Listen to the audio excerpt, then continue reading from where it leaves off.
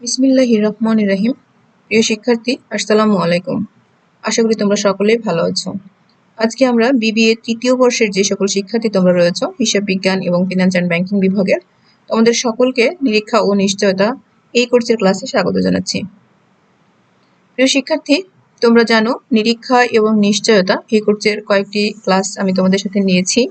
আজকে আমরা দ্বিতীয় অধ্যায়ের ওপর ক্লাস নিব। আমাদের দ্বিতীয় অধ্যায়ের যে শিরোনাম সেটা হচ্ছে দ্য অডিটিং প্রফেশন, মানে নিরীক্ষা পেশা। নিরীক্ষা সম্বন্ধে তোমরা ডিটেলসে জেনে গেছো, এখন নিরীক্ষা পেশা নিয়ে আমরা কথা বলবো। তো প্রিয় শিক্ষার্থী, চলো এই চ্যাপ্টার থেকে যে টপিকসগুলো আমরা আজকে পড়ব সেগুলো হচ্ছে নিরীক্ষক কে বা নিরীক্ষক আমরা কাকে বলবো, নিরীক্ষকের গুণাবলী, পেশা, পেশার বৈশিষ্ট্য এবং নিরীক্ষা একটি পেশা, এটা নিয়ে আলোচনা করব। বাংলাদেশে হিসাব পেশার যে সমস্যাগুলো রয়েছে সেটা নিয়ে আলোচনা করব এবং এই হিসাব পেশার সমস্যাগুলোর সমাধানের যে উপায় সেটা নিয়ে আলোচনা করব। প্রিয় শিক্ষার্থী, এখানে আমি তোমাদেরকে বলে রাখি, এখানে আমাদের প্রথম অধ্যায়েরও কিছু টপিকস আছে এবং দ্বিতীয় অধ্যায়েরই ম্যাক্সিমাম টপিকস, তবে নিরীক্ষকের গুণাবলী এই টপিকসগুলো তোমরা প্রথম অধ্যায়তেই পেয়ে যাবে। তো প্রিয় শিক্ষার্থী, চলো আমরা মূল আলোচনায় চলে যাই। ফার্স্ট অফ অল, নিরীক্ষক। তোমরা জানো, আমরা যেটা বলেছিলাম বিগত ক্লাসগুলোতে নিরীক্ষার ডেফিনেশন দেওয়ার সময় আমরা বলেছিলাম যে একজন ব্যক্তি বা প্রতিষ্ঠান যিনি তৃতীয় পক্ষ, তিনি হিসাবের যে দলিলগুলো রয়েছে সেগুলো যথাযথভাবে পরীক্ষা নিরীক্ষা করে একটা রিপোর্ট প্রদান করেন, যেই কার্যক্রমটাকে আমরা বলি নিরীক্ষা কার্যক্রম। এই নিরীক্ষা কার্যক্রম পরিচালনা করেন কোনো ব্যক্তি কিংবা হতে পারে কোনো ফার্ম বা কোনো প্রতিষ্ঠান।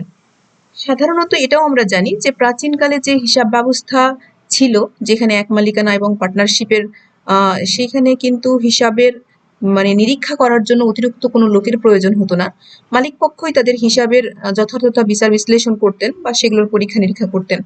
কিন্তু কালের বিবর্তনে হিসাবের আকার আয়তন, বিশেষ করে ব্যবসায়ের আকার আয়তন যখন বৃদ্ধি পেয়ে গেছে, যখন মালিকানা থেকে ব্যবস্থাপনা পৃথক, অর্থাৎ কারবারি সত্তা এবং মালিক সত্তা যখন আলাদা হয়ে গেছে, অর্থাৎ যৌথ মূলধনী ব্যবসায়ের উদ্ভব হয়েছে, বৃহৎ পরিসরে মানে প্রোডাকশন শুরু হয়েছে, তখন ব্যবসায়ের কর্মযোগ্য অনেক বেড়ে গেছে।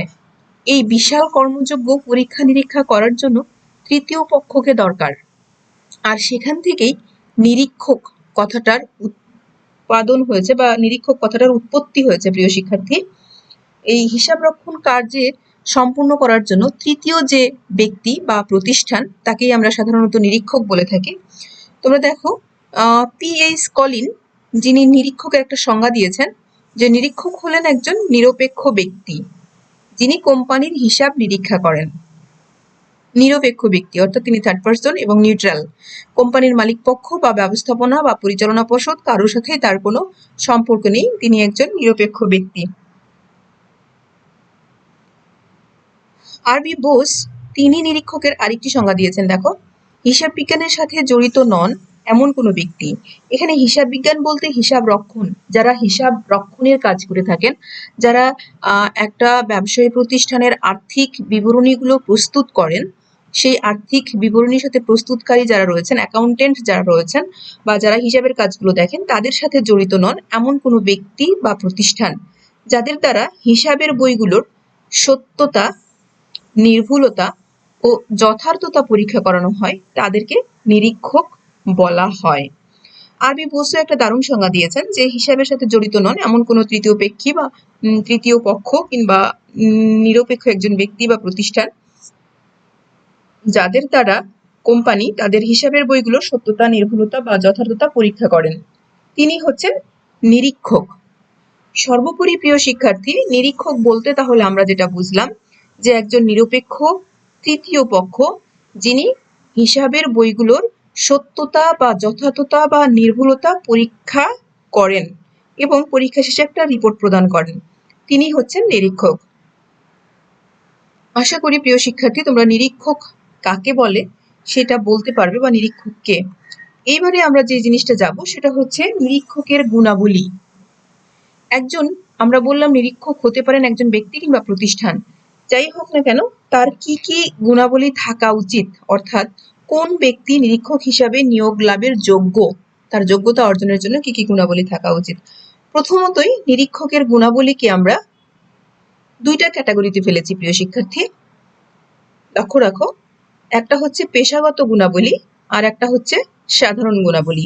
তাহলে নিরীক্ষকের গুণাবলীকে আমরা কয়টা ক্যাটাগরিতে বিভক্ত করেছি? দুইটা, একটা পেশাগত গুণাবলী আর একটা হচ্ছে সাধারণ গুণাবলী। যে পেশাগত গুণাবলী বা যোগ্যতা বলা যেতে পারে, সর্বোপরি এটা গুণাবলী বলার চেয়ে বলা ভালো যে পেশাগত যোগ্যতা। তোমরা বলেছি আমি তোমাদেরকে বিধিবদ্ধ নিরীক্ষা পড়ানোর সময় যে বিধিবদ্ধ নিরীক্ষার ক্ষেত্রে নিরীক্ষককে অবশ্যই চার্টার্ড অ্যাকাউন্টেন্ট হতে হবে। তোমরা জানো বর্তমানে বাংলাদেশে 1994 সালের কোম্পানি আইন পরিচালিত। 1994 সালের এই কোম্পানি আইনের 212 ধারাতে, প্রিয় শিক্ষার্থী আই রিপিট, 1994 সালের কোম্পানি আইনের 212 ধারা অনুযায়ী কোম্পানির নিরীক্ষক হতে হলে তার সিএ হতে হবে, তাকে মানে চার্টার্ড অ্যাকাউন্টেন্ট হতে হবে, অর্থাৎ সিএ ডিগ্রি থাকতে হবে।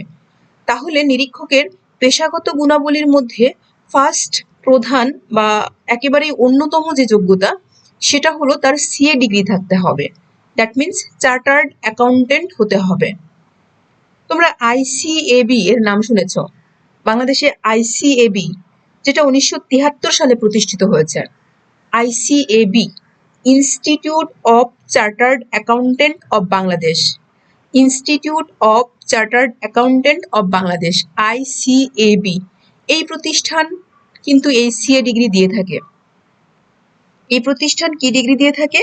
সিএ ডিগ্রি দিয়ে থাকে। তাহলে বাংলাদেশে 1973 সালে যে আইসিএবি প্রতিষ্ঠিত হয়েছে, এদের কাজ হচ্ছে সিএ ডিগ্রি প্রদান করা। আর একজন নিরীক্ষকের পেশাগত গুণাবলী বলো বা যোগ্যতা বলো, তার প্রধান যেটা সেটা হচ্ছে তাকে একজন চার্টার্ড অ্যাকাউন্টেন্ট হতে হবে। এছাড়াও কোম্পানি আইন কিছু কিছু উৎপাদনকারী প্রতিষ্ঠানের উৎপাদন ব্যয় নিরীক্ষার জন্য তোমার আইসিএমএ সনদধারী ব্যক্তিদেরও সুপারিশ করে থাকেন। আইসিএমএ, তাহলে এই আইসিএমএ এই ডিগ্রি কারা দিয়ে থাকেন? ঠিক আইসিএবি এর মতোই বা এর সমতুল্য আরো একটি প্রতিষ্ঠান রয়েছে প্রিয় শিক্ষার্থী, সেটা হচ্ছে ICMAB, ICMAB, institute of cost and management accountant of Bangladesh, institute of cost and management accountant of Bangladesh, যেটা আইসিএমএ ডিগ্রি দিয়ে থাকে। 1994 সালের কোম্পানি আইনে কিছু কিছু উৎপাদনকারী প্রতিষ্ঠানের উৎপাদন ব্যয় নিরীক্ষার জন্য এই সনদধারী ব্যক্তি বা প্রতিষ্ঠানকেও নিয়োগের সুপারিশ করা হয়।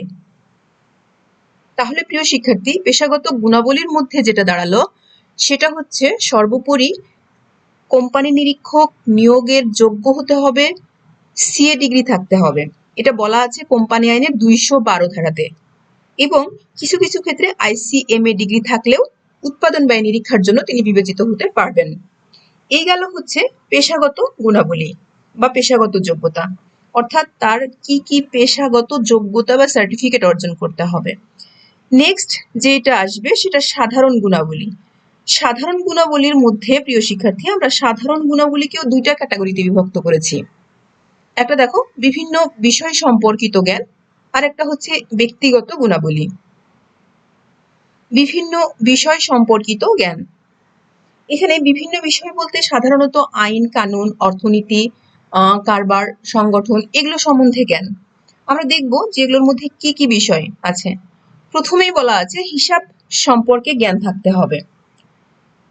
হিসাবে যে লিখিত কোনো লেনদেনের সত্যতা নির্ভর করে তাকে কি করতে হবে? রিপোর্ট প্রদান করতে হবে। তো হিসাব সম্পর্কে যদি জ্ঞান না থাকে তাহলে একজন নিরীক্ষক কিভাবে নিরীক্ষা কার্য পরিচালনা করবেন? এই জন্য তাকে হিসাব সম্পর্কিত জ্ঞানটা অর্জন করতে হবে, অর্থাৎ একটা প্রতিষ্ঠান কিভাবে তাদের হিসাব কাজগুলো পরিচালনা করে, কিভাবে হিসাবগুলো লিখিত হয়, সেই সম্পূর্ণ ডিটেলস তাকে জানতে হবে। বিভিন্ন আইন সম্পর্কে জ্ঞান অর্জন করতে হবে।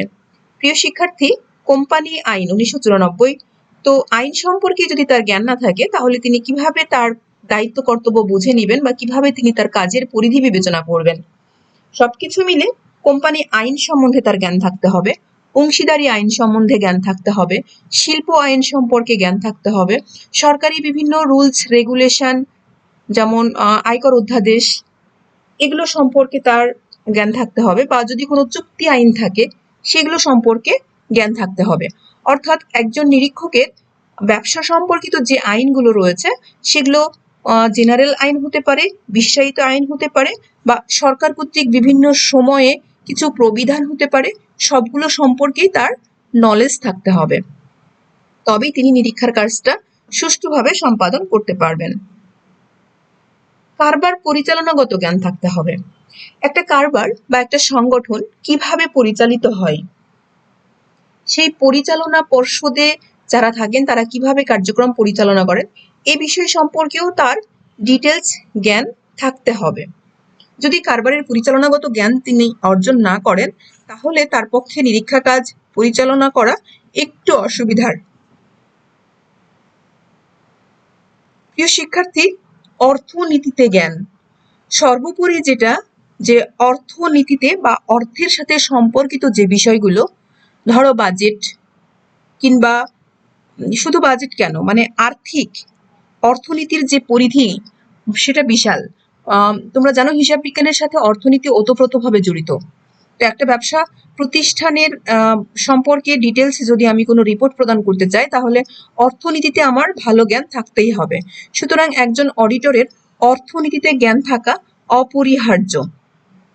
এছাড়াও প্রিয় শিক্ষার্থী, একজন অডিটরকে অডিট কার্য শেষ করার পরে রিপোর্ট প্রদান করতে হয়। এই রিপোর্ট প্রদান করার জন্য তার কিন্তু ভাষাগত জ্ঞান থাকাও প্রয়োজন, অর্থাৎ একজন নিরীক্ষকের ভাষাগত জ্ঞান থাকা উচিত। নেক্সট যে প্রিয় শিক্ষার্থী আরেকটা বিষয় রয়েছে সেটা হচ্ছে ব্যক্তিগত গুণাবলী।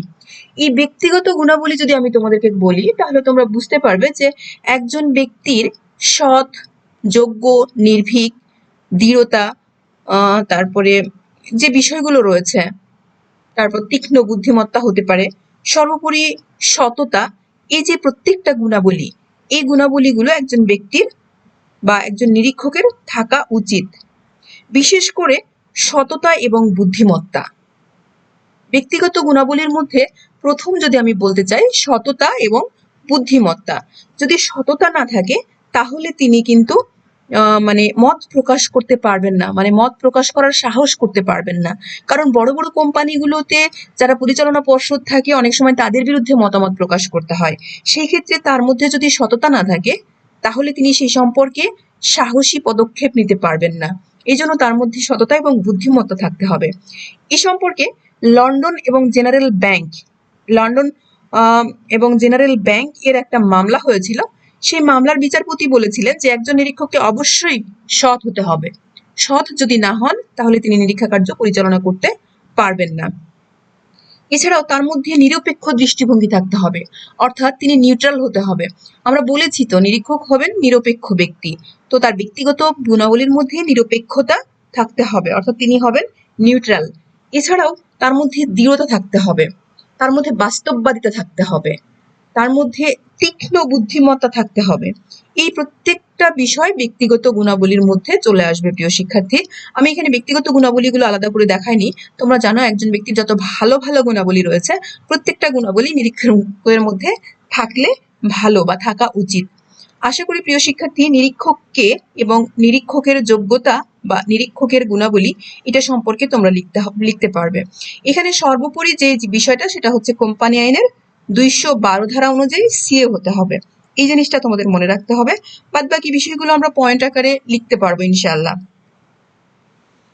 প্রিয় শিক্ষার্থী, নেক্সট যে টপিকসটা রয়েছে তোমাদের সেটা হচ্ছে পেশা, প্রফেশন। আমরা এই পেশা বা প্রফেশন কথাটার সাথে অনেকভাবেই জড়িত। আমরা সাধারণত এটা সচরাচর বলে থাকি আমার বাবার পেশা কৃষি, আমার মায়ের পেশা হাউসওয়াইফ, বা এই টাইপের কিছু পেশা সম্বন্ধে আমরা অনেকেই খুব ভালো করে জানি, কারণ পেশা আমাদের জীবনের সাথে ওতপ্রোতভাবে জড়িত। মানে আমাদের জীবিকা নির্বাহের জন্য যে কাজটা আমরা করে থাকি তাকেই আমরা সাধারণত পেশা বলে থাকি।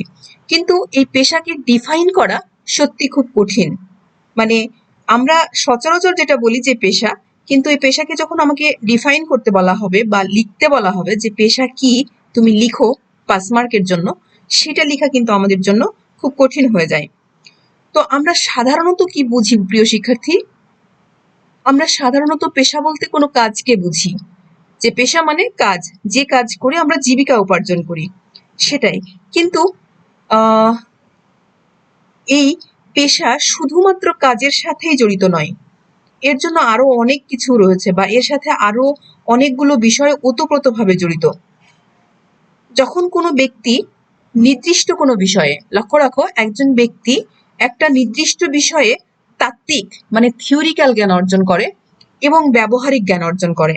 একজন ব্যক্তি একটা বিষয়ে তাত্ত্বিক জ্ঞান অর্জন করলো বা থিওরিক্যাল জ্ঞান অর্জন করলো এবং ব্যবহারিক জ্ঞান অর্জন করলো, এবং সেই জ্ঞানগুলোর স্বাধীনভাবে বিচার বিশ্লেষণ করে একটা নিবন্ধিত প্রতিষ্ঠান থেকে সার্টিফিকেট অর্জন করলো বা সনদ অর্জন করলো, এবং প্রাপ্ত সনদের ভিত্তিতে তিনি কিছু সেবা প্রদান করলেন এবং তার বিনিময়ে অর্থ উপার্জন করে জীবিকা নির্বাহ করলেন।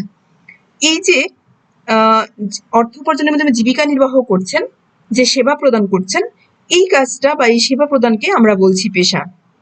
অ্যাজ ফর এক্সাম্পল, ডাক্তার হতে পারে, শিক্ষক হতে পারে, আইনজীবী হতে পারে, ব্যাংকার হতে পারে, এছাড়াও তোমার নিরীক্ষক হতে পারে। তাহলে আমরা কি বুঝলাম প্রিয় শিক্ষার্থী? যে কোনো একজন ব্যক্তি কোনো একটি বিষয়ে তাত্ত্বিক মানে থিওরিক্যাল এবং ব্যবহারিক জ্ঞান অর্জন করে নিবন্ধিত কোনো প্রতিষ্ঠান হতে সার্টিফিকেট অর্জন করে তা দ্বারা কি করলো, সেবা প্রদানের মাধ্যমে অর্থ উপার্জন যদি করে থাকে, তাহলে আমরা সেই কাজটিকে বলবো পেশা। এখানে খুব সুন্দর করে দেখো একটা সংজ্ঞা বলা আছে। সাধারণত পেশা বলতে আইন ও আচরণ বিধি দ্বারা নিয়ন্ত্রিত কোনো বিশেষায়িত বৃত্তি বা কার্যকে বোঝায়। আইন ও আচরণ বিধি দ্বারা নিয়ন্ত্রিত, এখানে লটা অনেক বড় ব্যাপার। প্রত্যেকটা পেশার ক্ষেত্রেই কিছু আইন রয়েছে প্রিয় শিক্ষার্থী, তোমরা জানো। যারা বলবা যে আমার বাবা কৃষিকাজ করে, সেটা একটা পেশা, সেখানে কোনো আইন বা আচরণ বিধি নেই। অবশ্যই কৃষিকাজেরও কিছু আইন বা আচরণ বিধি আছে, তুমি ভালো করে লক্ষ্য করলে দেখবে। তো এই যে আইন বা আচরণ বিধি দ্বারা নিয়ন্ত্রিত বিশেষায়িত কোনো বৃত্তি বা কাজকে বোঝায়। পেশা বলতে মূলত হলো দীর্ঘদিনের সাধনা, ত্যাগ, অধ্যাবসায় ও অনুশীলনের দ্বারা অর্জিত বিশেষ গুণ, যাকে কাজে লাগিয়ে অর্থ উপার্জন করা যায়। ডাক্তার, শিক্ষক, আইনজীবী। তুমি যদি বলো যে কৃষি, হ্যাঁ, কৃষির ক্ষেত্রেও কিন্তু সাধনা লাগে, ত্যাগ করতে হয়, অধ্যাবসায় করতে হয়, অনুশীলন করতে হয়। আজকে তুমি যে একটা কাজ করতে শুরু করো, পারবে না, সেটার জন্য তোমাকে অধ্যাবসায় নিতে হবে, ত্যাগ করতে হবে এবং সেটা প্র্যাকটিস করতে হবে, সেটা জ্ঞান অর্জন করতে হবে। মূলত থিওরিক্যাল জ্ঞান অর্জন করতে হবে এবং প্র্যাকটিক্যালি করতে হবে। করার পরে তুমি এই কাজটা করতে পারবে। সুতরাং আমরা পেশা বলতে যেটা বুঝলাম প্রিয় শিক্ষার্থী, যে দীর্ঘদিনের সাধনা, ত্যাগ, অধ্যাবসায় বা অনুশীলন দ্বারা এমন কোনো বিষয়ে তাত্ত্বিক জ্ঞান অর্জন করা, যার তাত্ত্বিক এবং ব্যবহারিক জ্ঞান অর্জন করা, যেটার মাধ্যমে আমি আমার জীবিকা নির্বাহ করতে পারি, যেমন ডাক্তার, শিক্ষক, আইনজীবী ইত্যাদি। এই যে পেশার আমরা সংজ্ঞা দেখলাম, এখান থেকে আমরা পেশার বৈশিষ্ট্যগুলো দেখবো প্রিয় শিক্ষার্থী। আমাদের পেশার যে বৈশিষ্ট্যগুলো রয়েছে, পেশা কাজের সাথে সম্পর্কযুক্ত। পেশা কিসের সাথে সম্পর্কযুক্ত? কাজের সাথে। আমি যদি অবসর থাকি, লেজার পিরিয়ড কাটাই, তাহলে সেটা কিন্তু আমার পেশা হবে না। পেশা অবশ্যই একটা কাজের সাথে সম্পর্কযুক্ত থাকবে। তবে সব কাজ কিন্তু আবার পেশার অন্তর্ভুক্ত না, সব কাজই পেশার অন্তর্ভুক্ত না। কিছু বিশেষায়িত কাজ রয়েছে যেগুলো পেশার অন্তর্ভুক্ত। যেমন আমি যদি ভিক্ষাবৃত্তি বলি, তাহলে সেটা কি পেশার অন্তর্ভুক্ত? না প্রিয় শিক্ষার্থী, এটা পেশার অন্তর্ভুক্ত না। অর্থাৎ পেশা হতে হবে কাজের সাথে সম্পৃক্ত, যেটার জন্য তোমাকে জ্ঞান অর্জন করতে হবে, যেটার জন্য তোমাকে অধ্যাবসায় করতে হবে, ত্যাগ করতে হবে, প্র্যাকটিস করতে হবে, যেটার বিনিময়ে তুমি সমাজকে সেবা দিতে পারবে, সমাজের কল্যাণার্থে কাজে লাগবে এবং যেটার বিনিময়ে তুমি অর্থ পাবে। সুতরাং আমরা যদি বলি ভিক্ষাবৃত্তি, that is not the profession. তাহলে আমরা বুঝতে পারছি পেশা অবশ্যই কাজের সাথে সম্পর্কযুক্ত। As for example, engineer, doctor, banker. বিশেষায়িত জ্ঞান, পেশার জন্য অবশ্যই বিশেষায়িত জ্ঞান প্রয়োজন। বিশেষ জ্ঞান কাজে লাগিয়ে একজন পেশাজীবী তার কর্মক্ষেত্রে উপদেশ বা পরামর্শ প্রদান করে, সর্বোপরি মানব কল্যাণ সাধন করতে পারে, যার বিনিময়ে তিনি অর্থ উপার্জন করেন। সেবা ও কল্যাণ বিদ্যমান। পেশার মধ্যে অবশ্যই সেবা এবং কল্যাণ বিদ্যমান থাকবে। প্রিয় শিক্ষার্থী, আমরা একটু আগে বলেছি যে সেবার মাধ্যমে বিশ্বায়িত জ্ঞানকে কাজে লাগিয়ে অর্থ উপার্জন। সেবার মাধ্যমে বিশ্বায়িত যে জ্ঞান বা তাত্ত্বিক যে জ্ঞান বা ব্যবহারিক যে জ্ঞান, সেটা কাজে লাগিয়ে অর্থ উপার্জন এবং তার মাধ্যমে জীবিকা নির্বাহ, সেটাই হচ্ছে পেশা। সুতরাং আমরা যেটা বুঝতে পারছি যে পেশার মূল লক্ষ্য হচ্ছে দেশের বা মানবতার কল্যাণে কাজ করা। কোনো সঠিক বা উত্তম সেবাই পারে আসলে সমাজের কল্যাণ, এমনকি দেশের কল্যাণে এগিয়ে আসতে। পেশার মধ্যে অবশ্যই সেবা এবং কল্যাণ বিদ্যমান থাকতে হবে। যদি সেবা এবং কল্যাণ না থাকে, তুমি এমন কোনো কাজ করছো যেটার মধ্যে কোনো কল্যাণ নাই, তাহলে সেটা পেশা হবে না। মাদক ব্যবসায়ী তুমি, যেটার মধ্যে কারোর জন্য সেবাও নেই কল্যাণও নাই, সেটা আসলে পেশা হবে না। তুমি ভালো ব্যবসা করো, বৈধ ব্যবসা করো, তাহলে তোমার ব্যবসায়ী একটা পেশা, যেটার জন্য তুমি জ্ঞান অর্জন করেছো, তোমার ত্যাগ রয়েছে, যেটা তুমি পরিশ্রম করছো, যেটা সমাজের কল্যাণ সাধন হচ্ছে। সুতরাং আমরা বুঝতে পারলাম যে সেবা এবং কল্যাণ যেখানে বিদ্যমান, সেটা হচ্ছে পেশা। আইন এবং সংগঠন দ্বারা নিয়ন্ত্রিত। আইন ও সংগঠন দ্বারা নিয়ন্ত্রিত।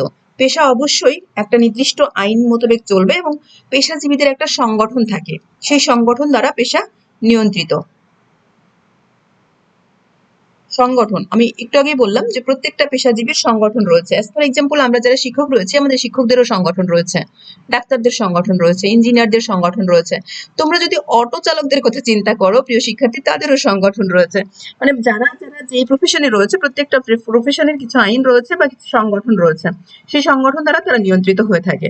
অক্ষর, পদবি এবং চিহ্ন। পেশায় নামের শেষে একটা অক্ষর বা একটা পদবি বা একটা চিহ্ন ইউজ করা হয়। তোমরা আমাদের শিক্ষকদের কথা চিন্তা করো, আমরা শিক্ষক তো আছি, এছাড়াও আমাদের পদবি রয়েছে। তোমরা ডাক্তারদের কথা, তাদের ডাক্তার শব্দটি ইউজ করা হয়, ইঞ্জিনিয়ার সেটা ইউজ করা হয়, অর্থাৎ অক্ষর, পদবি বা চিহ্ন যে কোনো একটা কিছু থাকবে। কাজ সম্পাদনের নিশ্চয়তা। পেশার ক্ষেত্রে কাজ সম্পাদন একটা মুখ্য বিষয়, অর্থাৎ পারিশ্রমিক অনুপাতে নয়, বরং সেবা বা কল্যাণের মানদণ্ডে তোমাকে কাজ সম্পাদনের নিশ্চয়তা দিতে হবে। তুমি কাজ সম্পাদনের যদি নিশ্চয়তা দিয়ে না থাকো, তাহলে সেটা তোমার প্রফেশন বা পেশা হবে না। অর্থাৎ আমি শিক্ষক, আমি পড়াই না, কাজ করি না, তাহলে সেটা আমার পেশা হবে না।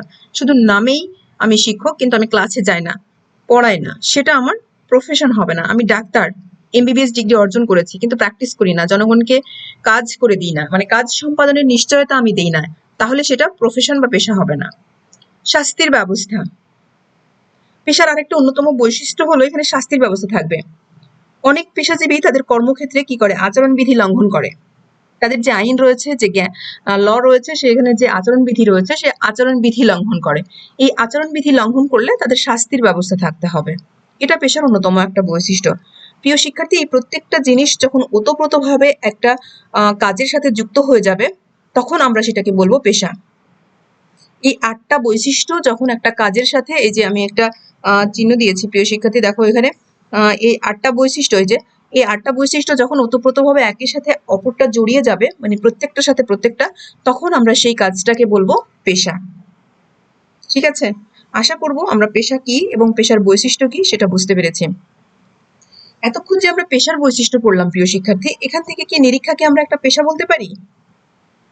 যে নিরীক্ষা একটা বা নিরীক্ষক একটা পেশা? বাংলাদেশের মতো তৃতীয় বিশ্বের যে দেশগুলো রয়েছে, এখানে নিরীক্ষা পেশা এখনো কিন্তু ঠিক ততটা জনপ্রিয় না। তোমরা যদি নিজেরাও চিন্তা করো প্রিয় শিক্ষার্থী, লক্ষ্য করো যে তোমরা ডাক্তারকে যতটা মূল্যায়ন করো, একজন শিক্ষককে যতটা মূল্যায়ন করো, একজন ব্যাংকারকে যতটা মূল্যায়ন করো, একজন নিরীক্ষকের কথা তোমরা কি জানো? তাকে তোমরা ওইভাবে মূল্যায়ন করো না। সমাজের একদম নিম্ন শ্রেণীতে যদি আমরা চলে যাই, তারা নিরীক্ষক কি বোঝেই না। এই যে তো নিরীক্ষা কি একটি পেশা, এটা নিয়ে আমরা একটু আলোচনা করব যে বর্তমানে নিরীক্ষা অবশ্যই একটি পেশা। কারণ আমরা পেশার যে বৈশিষ্ট্যগুলো দেখলাম, এই প্রত্যেকটা বৈশিষ্ট্য নিরীক্ষার মধ্যে রয়েছে। আমরা বললাম যে ব্যবহারিক জ্ঞান লাগে, তাত্ত্বিক জ্ঞান লাগে। দেখো, নিরীক্ষার মধ্যেও ব্যবহারিক জ্ঞান অর্জন করতে হয়। ব্যবহারিক জ্ঞান কিভাবে অর্জন করতে হয়? একজন নিরীক্ষক হওয়ার জন্য প্রথমে তাকে সিএ ডিগ্রি অর্জন করতে হয়, যে কোনো একটা ফার্মের আন্ডারে তাকে ব্যবহারিক জ্ঞান অর্জন করতে হয়, অর্থাৎ ওই ফার্মের হয়ে তারা বিভিন্ন কোম্পানিতে গিয়ে তাদের যে প্র্যাকটিক্যাল কাজটা সেটা করে থাকেন এবং সেখানে তাদেরকে বিশেষ জ্ঞানও অর্জন করতে হয়।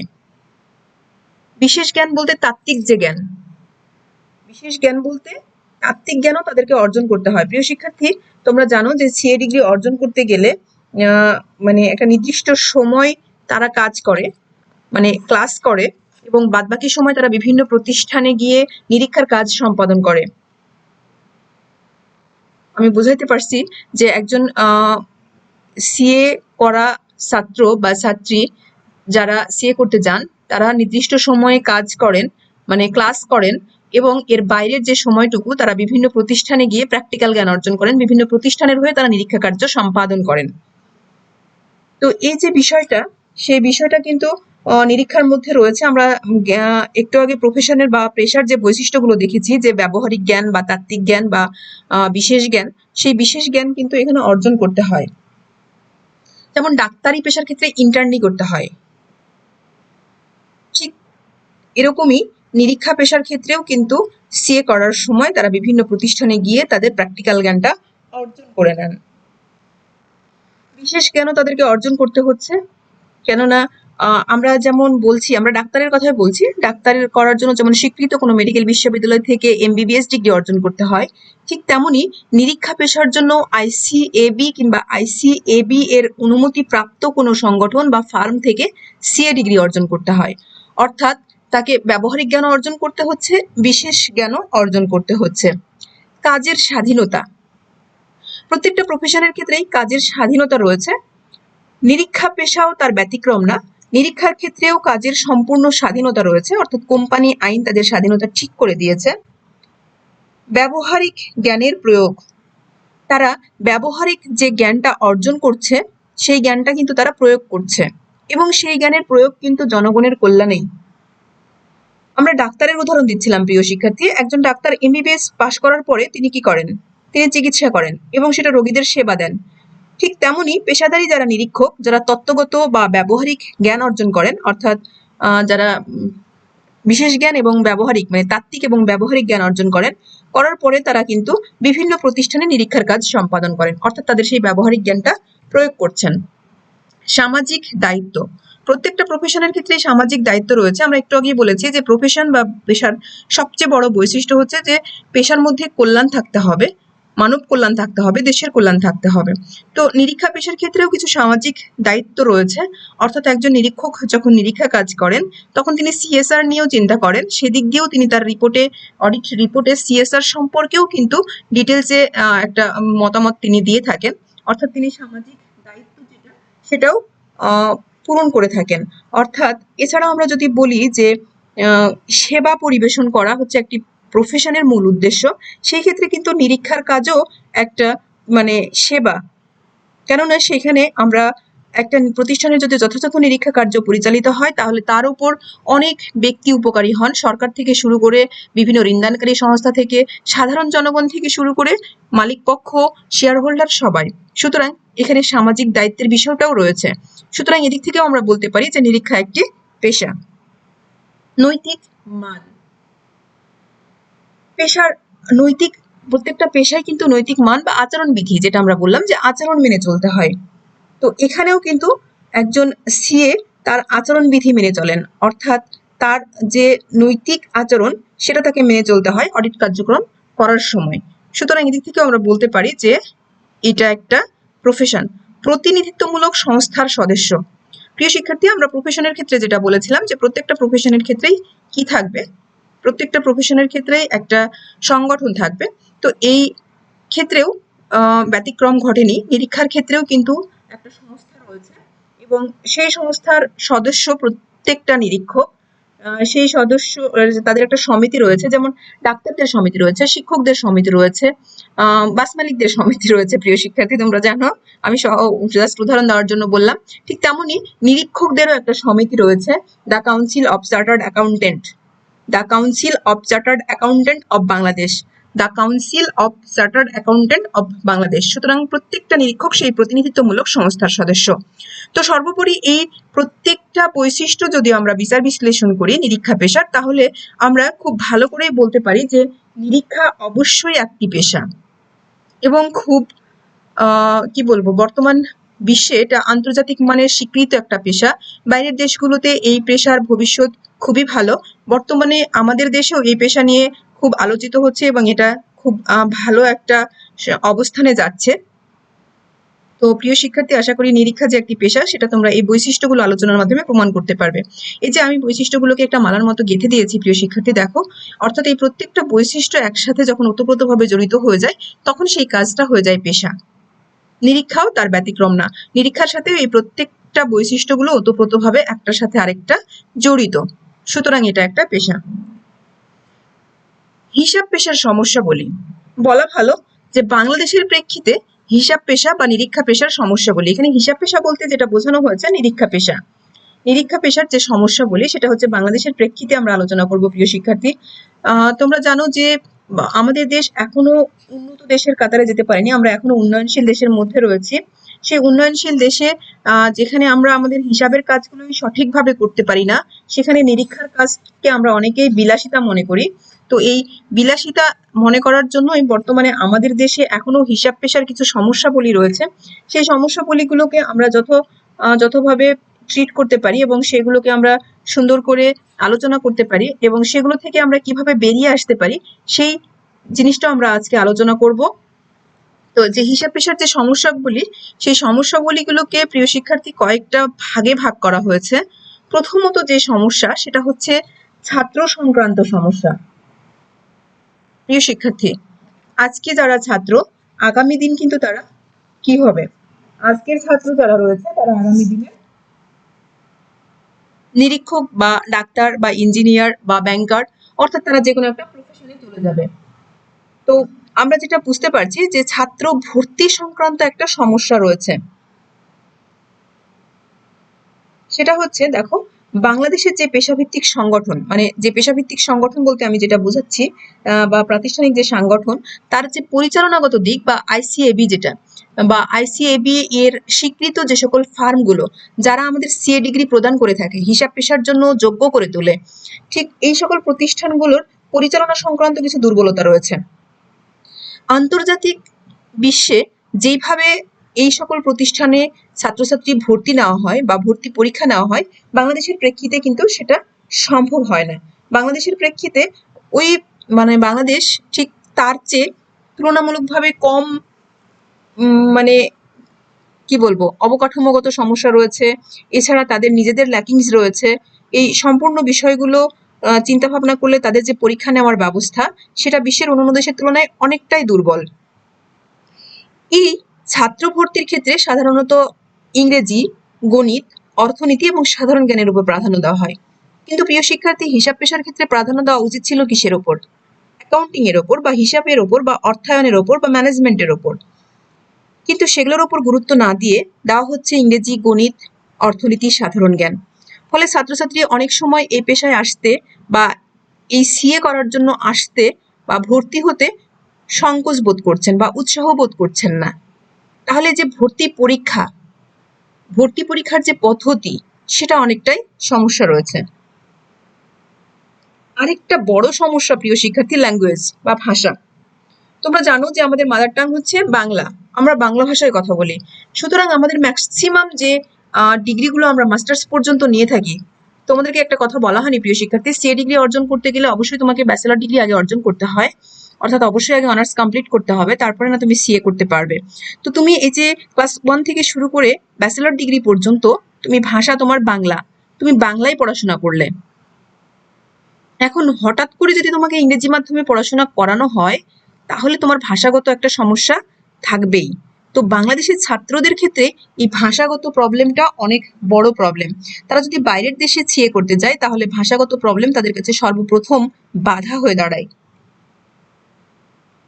মৌখিক পরীক্ষা, এখানে ছাত্রছাত্রীদের যে পেশাভিত্তিক যে দক্ষতা সেটা পরিমাপ করার জন্য অনেক দেশে কিন্তু মৌখিক পরীক্ষা নেওয়া হয়। আমাদের দেশে কিন্তু এর ব্যবস্থা একেবারেই নাই।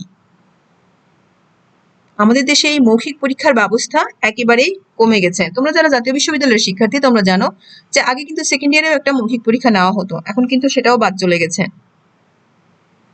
পড়াশোনার সুযোগ যেটা বলা হচ্ছে প্রিয় শিক্ষার্থী, সেটা হচ্ছে আমরা যারা সিএ করতে যাই, যে সকল ফার্মগুলো আমাদেরকে সিএ ডিগ্রি দেয়, তারা আমাদেরকে পড়াশোনার সুযোগ দেওয়ার যে বেশিরভাগ কাজ করিয়ে নেয়, প্রশিক্ষণে কাজে ব্যস্ত রাখে। তারা বিভিন্ন ফার্মে পাঠায়, বিভিন্ন প্র্যাকটিক্যাল জ্ঞান অর্জন করায়, কিন্তু তাত্ত্বিক জ্ঞানটা সেই তুলনায় কম দেয়। অর্থাৎ আমরা লাইব্রেরিতে বসে যে আমরা পড়াশোনা করব, বিভিন্ন দেশের জার্নাল, বিভিন্ন গবেষণাপত্র বা বিভিন্ন বই পুস্তক যে আমরা ঘেটে সেটার তাত্ত্বিক জ্ঞান অর্জন করব এবং ব্যবহারিক ক্ষেত্রে সেটা প্রয়োগ করব, সেই সুযোগটা কম।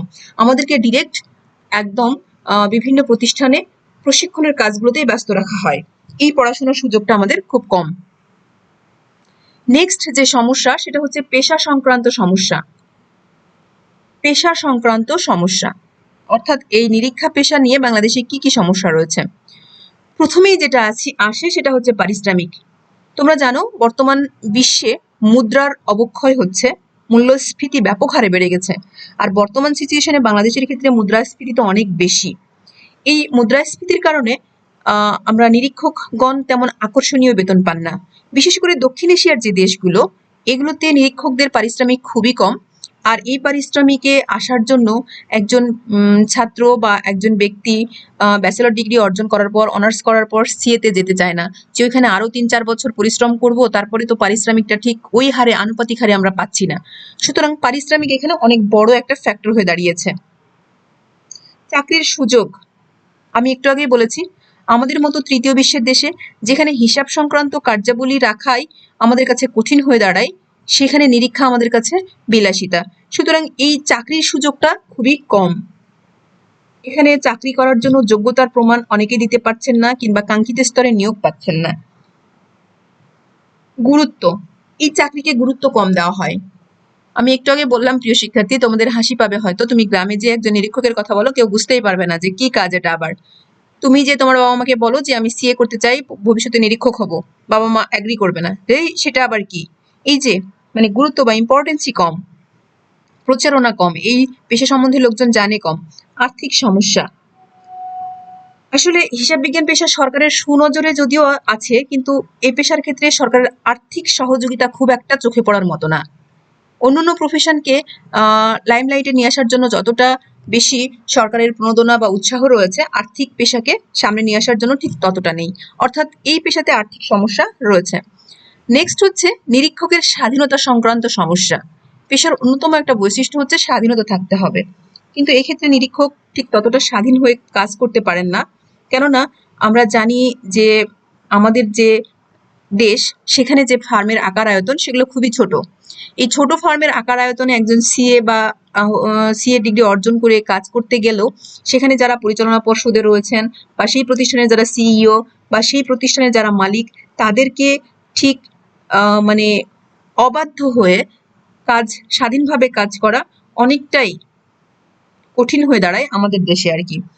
বড় ফার্মগুলোর ক্ষেত্রে হয়তো সমস্যা হয় না, এই যে আমি বললাম প্রথমে ফার্মের আকৃতি, অর্থাৎ হিসাবের ফার্মের আকৃতির উপর পেশাজীবীদের স্বাধীনতা অনেকটাই নির্ভর করে। যদি বড় ফার্ম হয় তাহলে স্বাধীনভাবে কাজ করা যায়, কিন্তু ছোট ফার্মের ক্ষেত্রে স্বাধীনভাবে কাজ করা খুব কঠিন। নিরীক্ষকের পরিবর্তন, আমাদের দেশে একজন নিরীক্ষক বছরের পর বছর একটা প্রতিষ্ঠানে নিরীক্ষা কার্য করছে, সেখানে নিরীক্ষকের কোনো পরিবর্তন হচ্ছে না। সুতরাং নতুন যারা আসছে তারা কাজ করার সুযোগ পাচ্ছে না, বা নিরীক্ষকের স্বাধীনতার উপর বিরূপ প্রভাব পড়ছে, কেননা একজন নিরীক্ষক সেখানে কর্মচারী বা কর্মকর্তার মতো হয়ে গেছেন। নিরীক্ষা ফি এর উপর নিরীক্ষকের স্বাধীনতা অনেকটাই নির্ভর করে। যখন নিরীক্ষা ফি ভালো থাকে তখন নিরীক্ষক স্বাধীনভাবে কাজ করতে পছন্দ করেন বা কাজে অধিক মনোযোগী হন, কিন্তু নিরীক্ষা ফি যখন কম হয় তখন তিনি তাদের ভুল ত্রুটি জোয়াচুরি না ধরে অনেক সময় আঁতাত করেন। প্রিয় শিক্ষার্থী, আমি বুঝাইতে পারছি তোমাদেরকে নিশ্চয় যে এটা মানে অপ্রিয় হলেও সত্য বা দুঃখজনক হলেও সত্য যে বাংলাদেশের অধিকাংশ কোম্পানিতে নিরীক্ষা ফিস খুবই কম। অনেক সময় নিরীক্ষকেরা পরিচালনা পর্ষদ বা ব্যবস্থাপনা পরিচালনা এদের সাথে আঘাত করেন, ফলে কি বলবো, কাজের অবৈধতা চলে আসে বা কাজের মাধ্যমে অধিক পরিমাণ লাভবান হওয়া যায় না। অনেক সময় ভুল বা জোয়াচুরি যেগুলো আছে সেগুলো উদ্ঘাটিত হয় না। নিরীক্ষা কমিটি, বিভিন্ন দেশে নিরীক্ষার জন্য নিরীক্ষা কমিটি রয়েছে, যেটা বাংলাদেশের প্রেক্ষাপটে একেবারেই দেখা যায় না। এছাড়াও আরো অন্যান্য কিছু সমস্যা রয়েছে প্রিয় শিক্ষার্থী, সেটা হচ্ছে প্রতিযোগিতা। বাংলাদেশে অডিট ফার্ম প্রচুর, ঢাকাতে অনেক বেশি অডিট ফার্ম হচ্ছে বর্তমানে। এই অডিট ফার্মের সংখ্যা দিন দিন বৃদ্ধি পাচ্ছে, ফলে তাদের মধ্যে এক ধরনের প্রতিযোগিতা বৃদ্ধি পাচ্ছে। বেশিরভাগ সময় তারা কম টাকায় নিরীক্ষা কাজ করতে আমরা বাধ্য হচ্ছি। দুর্নীতি, এটা বলা যাবে না। আমি একটু আগে যেটা বললাম যে নিরীক্ষার ফি এর সাথে দুর্নীতি জড়িত। যেহেতু ফি কম, সেহেতু নিরীক্ষকেরা দুর্নীতিতে জড়িত হয়ে যাচ্ছেন। তারা বিভিন্ন কোম্পানির নির্বাহী পরিচালক যারা রয়েছেন তাদের সাথে বিভিন্ন রকমের দেনা পাওনাতে জড়িয়ে যাচ্ছেন, গিয়ে তারা ভুলভাল রিপোর্ট প্রদান করছেন, অনেক সময় জুয়াচুরিগুলো দেখেও দেখছেন না। এই যে দুর্নীতি। সামাজিক অবক্ষয়, বাংলাদেশের সামাজিক পরিবেশ নিরীক্ষা শাস্ত্রের অনুকূলে না, কেননা এখানে নিরীক্ষকগণ অনেক সময় বাধ্য হয়ে দায়িত্ব পালন করছেন। মনের আনন্দে বা নির্দিষ্ট পরিমাণ পারিশ্রমিক পেয়ে খুব মনোযোগী হয়ে কাজ করছেন না। এর ফলে সামাজিক যে অবক্ষয় এখানে রয়েছে, সামাজিক অবক্ষয়টা নিরীক্ষকদের দায়িত্ব পালনে অনেকটাই বাধা দিচ্ছে। তো প্রিয় শিক্ষার্থী, আশা করি যে হিসাব পেশার যে সমস্যাগুলো রয়েছে, এই প্রত্যেকটা সমস্যা তোমরা খুব ভালো করে বুঝতে পারছো এবং এই প্রশ্নটা আসলে লিখতে পারবে। তোমাদের যদি এই প্রশ্ন আসে তাহলে হয়তো 5 মার্কের জন্য হিসাব পেশার সমস্যা আর 5 মার্কের জন্য সমস্যা সমাধানের উপায় দিয়ে দিবে। আজকে যে টপিকসগুলো আমি পড়ালাম ম্যাক্সিমাম টপিকসই তোমাদের জন্য ইম্পর্টেন্ট। এই সমস্যা সমাধানের উপায়গুলো কি? আমরা যে সমস্যাগুলো বললাম, এই সমস্যা সমাধানের উপায়গুলো কি? সর্বপ্রথম ভর্তি সংক্রান্ত সমস্যার সমাধান। এটা কিভাবে সমাধান করা যাবে? আমাদের ভর্তি পরীক্ষাকে আরো যুগোপযোগী করতে হবে, আন্তর্জাতিক মানের করতে হবে, আমাদের প্রশ্ন প্রণয়ন পদ্ধতি চেঞ্জ করতে হবে। আমাদের ছাত্রছাত্রীর ভাষাগত দুর্বলতা দূর করার জন্য আমাদের foundation course, basic English training course, ICAB বা আইসিএমএবি, যে প্রতিষ্ঠানগুলো আমাদের সিএ ডিগ্রি দিয়ে থাকে বা আইসিএমএ ডিগ্রি দিয়ে থাকে, তারা বেসিক ইংলিশ কোর্স চালু করতে পারে। ফাউন্ডেশন ইংলিশ কোর্স চালু করলে আমাদের শিক্ষার্থীদের ইংরেজি ভাষার ওপর যে দক্ষতা সেটা চলে আসবে। নির্ধারিত সময়ের অতিরিক্ত সময় কাজ না করানো, অর্থাৎ সিএ ফার্মগুলো তারা যে নির্ধারিত সময় রয়েছে সেই সময়টুকুই তাদেরকে প্র্যাকটিক্যাল কাজ করাবে, বাদ বাকি সময়টুকু তাদেরকে বিভিন্ন রিসার্চ পেপার, গবেষণা জার্নাল বা পড়াশোনার জন্য সুযোগ প্রদান করবে আর কি। অর্থাৎ প্রশিক্ষণের বাইরে ছাত্রছাত্রীদের তাত্ত্বিক জ্ঞান অর্জন করার জন্য সময় দিবে। পারিশ্রমিকের মাত্রা বাড়ানো, সবচেয়ে বড় কথা যে আকর্ষণীয় পারিশ্রমিক যদি না দেওয়া হয় তাহলে আমরা উৎসাহিত হব না। সরকারের আর্থিক সহযোগিতা বৃদ্ধি, সরকার এই প্রফেশনকে সামনে নিয়ে আসার জন্য আরো বেশি প্রচারণা চালাতে পারে বা এই প্রফেশনের জন্য আরো বেশি প্রণোদনা দিতে পারে, এখানে সাবসিডি দিতে পারে। তো সরকার যদি এই জিনিসগুলো করে তাহলে এই প্রফেশনটা আরো বেশি সহজ হয়ে যাবে সকলের কাছে এবং আমরা সকলে এই পেশার উপর উৎসাহিত হব। পেশাজীবীদের মর্যাদা বাড়ানো উচিত, যেটা বললাম গুরুত্ব কম, যেহেতু সরকার যখন প্রচারণা চালাবে তখন অবশ্যই পেশাজীবীদের মর্যাদা এমনিতেই বেড়ে যাবে। তারপর বাংলাদেশের নিরীক্ষা কমিটি হওয়া উচিত, অন্যান্য দেশে যেমন নিরীক্ষা কমিটি রয়েছে ঠিক তেমন বাংলাদেশেও নিরীক্ষা কমিটি হওয়া উচিত। তারপর যে সামাজিক অবক্ষয় যেটা বললাম প্রিয় শিক্ষার্থী, এই সামাজিক অবক্ষয় রোধের জন্য পরিবেশ উন্নত করা উচিত। দ্রব্যমূল্যের ঊর্ধ্বগতি বিবেচনা করে শিক্ষার্থী যারা রয়েছে যাদেরকে ফার্মগুলো নির্দিষ্ট পরিমাণ ভাতা দেয়, সেই ভাতার পরিমাণটা বাড়ানো উচিত। তারপর সরকারি বা স্বায়ত্তশাসিত যে প্রতিষ্ঠানগুলো রয়েছে সেই সকল প্রতিষ্ঠানের কাঙ্ক্ষিত স্তরে যারা সিএ ডিগ্রি অর্জন করবেন, যারা যোগ্যতা সম্পন্ন, তাদেরকে নিয়োগের ব্যবস্থা করা উচিত। এই প্রত্যেকটা বিষয় যদি ঠিকঠাক করা হয় তাহলে হিসাব পেশার সমস্যা খুব তাড়াতাড়ি সমাধান হয়ে যাবে। আশা করি প্রিয় শিক্ষার্থী তোমরা এই সমস্যা সমাধানের উপায়গুলো সুন্দর করে লিখতে পারবে। আসলে আমরা সমস্যা যদি লিখতে পারি তাহলে সেটা সমাধানের উপায়টাও ঠিক সমস্যা থেকেই আমরা ওইভাবে লিখতে পারি, কারণ এটা যেহেতু বললাম যে ছাত্র ভর্তি সংক্রান্ত সমস্যা আছে, এখন এই সমস্যার সমাধান করতে হবে। কিভাবে করা যাবে? আমাদের ছাত্র ভর্তি সংক্রান্ত প্রবলেম রয়েছে, সেটা দুর্বল বা আন্তর্জাতিক মানের না, সেটাকে আমাদের আন্তর্জাতিক মানের করতে হবে। ঠিক এরকম ভাবে প্রত্যেকটা প্রবলেমকে আমরা জাস্ট সেটার সলভ দিয়ে দিব। আশা করি প্রিয় শিক্ষার্থী তোমাদের এই যে টপিকসগুলো তোমরা বুঝতে পেরেছো।